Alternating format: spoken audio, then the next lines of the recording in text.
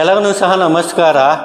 ಎಷ್ಟೋ ಜನ ನಮಗೆ ವಿಚಾರ ತಿಳಿಸ್ತಾ ಇರ್ತಾರೆ, ಸ್ವಾಮಿ ನಮಗೆ ಕಷ್ಟ ಮೇಲೆ ಕಷ್ಟ, ತೊಂದರೆ ಮೇಲೆ ತೊಂದರೆ, ದುಡ್ಡಿನ ಸಮಸ್ಯೆ, ಉದ್ಯೋಗ ಸಮಸ್ಯೆ, ಮತ್ತು ಆಸ್ತಿ ಕಲಹ, ತೊಂದರೆ, ಫ್ಯಾಮಿಲಿ ಗಲಾಟೆ, ಈ ನಾನಾ ರೀತಿಯೂ ಸಹ ಕಷ್ಟ ಬರ್ತಾಯಿದೆ ಸ್ವಾಮಿಗಳೇ.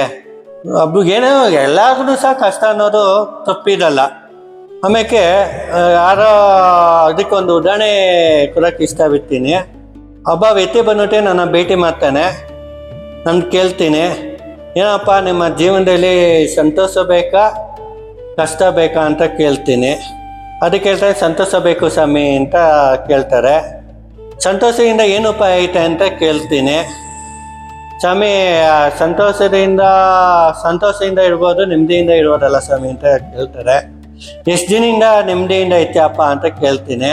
ಅದು ಹೇಳಕ್ಕೆ ಸಾಧ್ಯ ಇಲ್ಲ ಸ್ವಾಮಿ ಅಂತ ಕೇಳ್ತೀನಿ. ಸಂತೋಷದಿಂದ ಏನು ಉಪಾಯ ಐತೆ ಅಂತ ಕೇಳ್ತೀನಿ.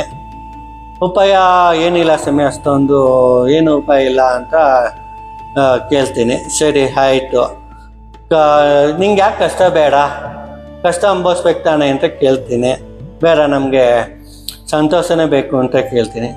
ಸರಿ ಆಯಿತು, ನೀನು ಸಂತೋಷ ಬೇಕು ಅಂತ ನೀನು ಕೇಳ್ತಾ ಇದೆಯಲ್ಲ, ನಾನು ಹೇಳಿದ್ದು ನಾನು ಏನು ಕೇಳ್ತೀನಿ ಅದು ಪುಸ್ತಕ ಕೊಡು ಅಂತ ಕೇಳ್ತೀನಿ. ಸರಿ ಆಯಿತು ಸ್ವಾಮಿ ಅಂತ ಹೇಳ್ತಾರೆ. ಸಂತೋಷದಿಂದ ಏನು ಉಪಾಯ ಇಲ್ಲ, ಕಷ್ಟದಿಂದ ಏನು ಉಪಾಯ ಐತೆ ಅಂತ ಕೇಳೋ ಒಂದು ಉದಾಹರಣೆ.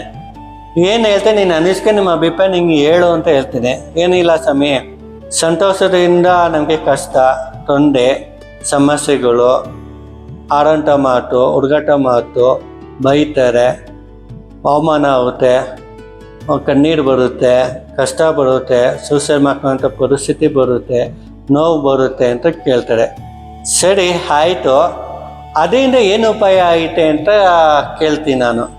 ಇಲ್ಲ ಸ್ವಾಮಿ, ಅದರಿಂದ ಉಪಾಯ ಏನು ಆಯಿತು ಅಂದರೆ ನನಗೆ ಮನಸ್ಸಿನ ಭಾವನೆ, ನನಗೆ ಏನೋ ಒಂದು ಸಾಧನೆ ಮಾಡಬೇಕು, ಏನೋ ಒಂದು ಗುರಿ ಮುಟ್ಟಿಸ್ಬೇಕು, ನಾನು ಈ ಥರ ಬಯಸ್ಕೊಬೇರು, ಏನೋ ಒಂದು ನಾನು ಗುರಿ ಮುಟ್ಟಿಸ್ಬೇಕು, ಹಾಗೂ ಇದರಿಂದ ನಾನು ಸಮಾಜದಿಂದ ಯಥಾ ರೀತಿಯಾಗಿ ಬೆಳಿಬೇಕು, ಇದು ಅವಮಾನ ಎಲ್ಲ ಪ್ರತಿಯೊಂದೂ ಸಹ ಎದುರಿಸ್ಬೇಕು, ಯಥಾ ರೀತಿಯಾಗಿ ನಾನು ಸಾಧನೆ ಮಾಡಬೇಕು, ನನಗೆ ಕಿಚ್ಚೈತೆ, ಛಲ ಐತೆ, ನಾನು ಯಥಾ ರೀತಿಯಾಗಿ ನಾನು ಗುರ್ತಿಸ್ಕೊಬೇಕು ಅಂತ ಹೇಳ್ತೇನೆ. ಸರಿ ಆಯಿತು, ಮತ್ತು ನೀನು ಯಾಕೆ ಸಂತೋಷ ಕೇಳಿದೆ ನೀನು? ನಾನು ಕೇಳಿದೆ. ಅದಕ್ಕೆ ಮೌನ ಆಗೋದ, ಏನೂ ಉತ್ತರ ಕೊಟ್ಟಿಲ್ಲ. ನಾನು ಹೇಳ್ತೀನಿ ಆವಾಗ, ನೋಡಪ್ಪ, ಸಂತೋಷದಿಂದ ಏನು ಉಪಾಯ ಇಲ್ಲ. ಎಷ್ಟು ಕಷ್ಟ ಬರುತ್ತಾ, ಎಷ್ಟು ತೊಂದರೆ ಬರುತ್ತಾ, ಎಷ್ಟು ಕಷ್ಟಗಳೆಲ್ಲ ಪ್ರತಿಯೊಂದೂ ಸಹ ನೀನು ಅನುಭವಿಸ್ತೀಯ, ಗೊತ್ತಾಯ್ತಾ? ಎಲ್ಲೂ ನಷ್ಟ ಅಂತೂ ಆಗಲ್ಲ. ನೀ ಕೈ ಬಾಯಿ ಕರೆಕ್ಟಾಗಿತ್ತ ಎಲ್ಲ ರೀತಿಯೂ ಸಹ ಒಳ್ಳೆಯದಾಗುತ್ತೆ. ನಿಂಗೂ ಒಳ್ಳೇದಾಗುತ್ತೆ, ಮಕ್ಕಳೂ ಸಹ ಒಳ್ಳೇದಾಗುತ್ತೆ, ಶ್ರೀಮತಿಗೂ ಸಹ ಒಳ್ಳೇದಾಗುತ್ತೆ. ನೀ ಮಾಡಿದ್ದು ಪಾಪ ಪುಣ್ಯ ಕರ್ಮ, ಅದು ನಿಂಗೆ ಒಳ್ಳೇದಾಗುತ್ತೆ, ಎಲ್ಲೂ ಹೋಗಲ್ಲ. ಅದರಿಂದ ಹಠ, ಛಲ, ಗುರಿ, ಸಾಧನೆ, ಕಿಚ್ಚು ಅನ್ನೋದು ಬರುತ್ತೆ. ಅವ ನೀನು ಸಾಧನೆ ಮಾಡೋಕ್ಕೆ ದಾರಿ ಸಿಗುತ್ತೆ, ಸಾಧನೆ ಮಾಡೋಕ್ಕೆ ನೀನು ಮುಂದುವರಿತ್ಯ, ನೀನು ಗುರ್ತಿಸ್ಕೊಂತ್ಯ, ಯಥಾ ರೀತಿಯಾಗಿ ನೀನು ಬೆಳೀತ್ಯ, ಸಾಧನೆ ಮಾಡ್ತೀಯ, ಜನಪ್ರೀತಿ ಸಂಪಾದನೆ ಮಾಡ್ತೀಯ, ಕುಟುಂಬದಲ್ಲಿ ಒಳ್ಳೆ ಹಣ ಅಧಿಕಾರ ಸಂಪಾದನೆ ಸಹ ಮಾಡ್ತೀಯ.